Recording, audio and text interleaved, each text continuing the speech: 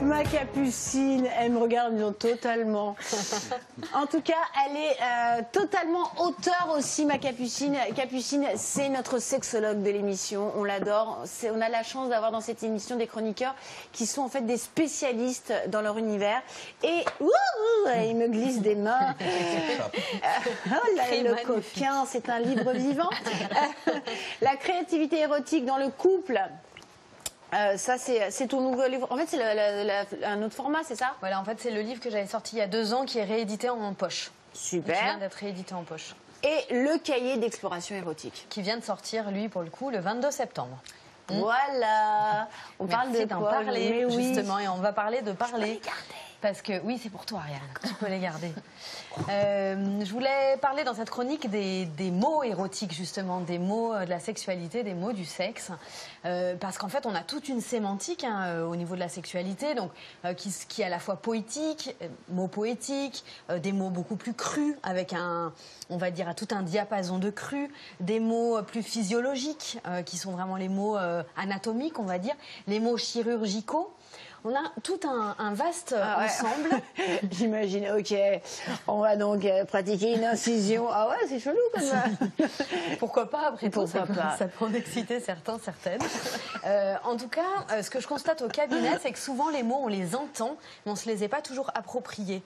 L'espace de la sexualité, c'est un espace qu'on nous a en général peu appris à nommer.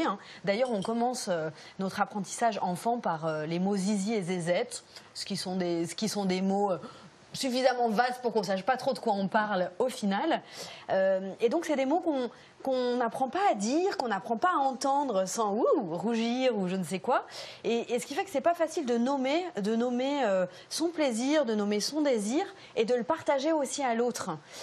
Donc c'est une des premières choses en général quand je reçois des personnes au cabinet et a fortiori des couples, c'est de les aider à nommer, à dire les vrais mots, on va dire, alors je les utilise moi-même, pour que la sémantique vraiment de la sexualité puisse se mettre en place et qu'une communication réelle puisse avoir lieu.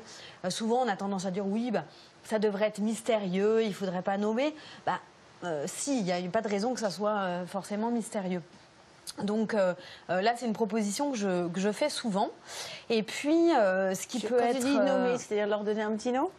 Alors, oui, justement, c'est ce que j'allais dire. Il peut y avoir Robert. Parfois, je demande effectivement, alors comment vous nommez le vôtre, la vôtre? Et puis, on fait toute la séance avec. Ça peut être assez rigolé. Oui. En général, d'ailleurs, on nomme plus le sexe masculin que féminin. Féminin, on ne sait pas trop comment dire. Donc, c'est une des premières choses aussi que je dis. Vulve, vagin, clitoris. C'est aussi en nommant qu'on prend conscience des choses aussi et qu'on peut se les représenter.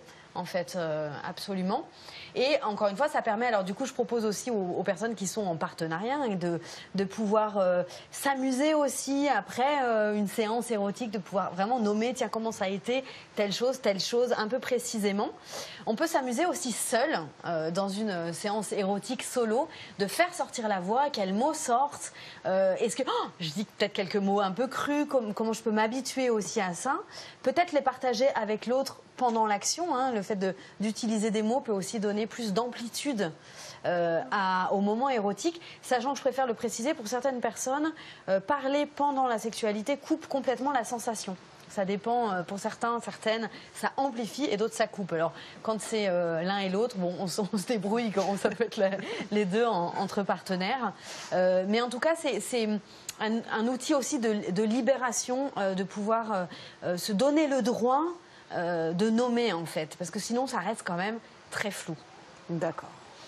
Eh bien, merci beaucoup, madame. Avec plaisir, je laisse ma place, je crois, à quelqu'un d'autre qui manie très bien les mots. Voilà.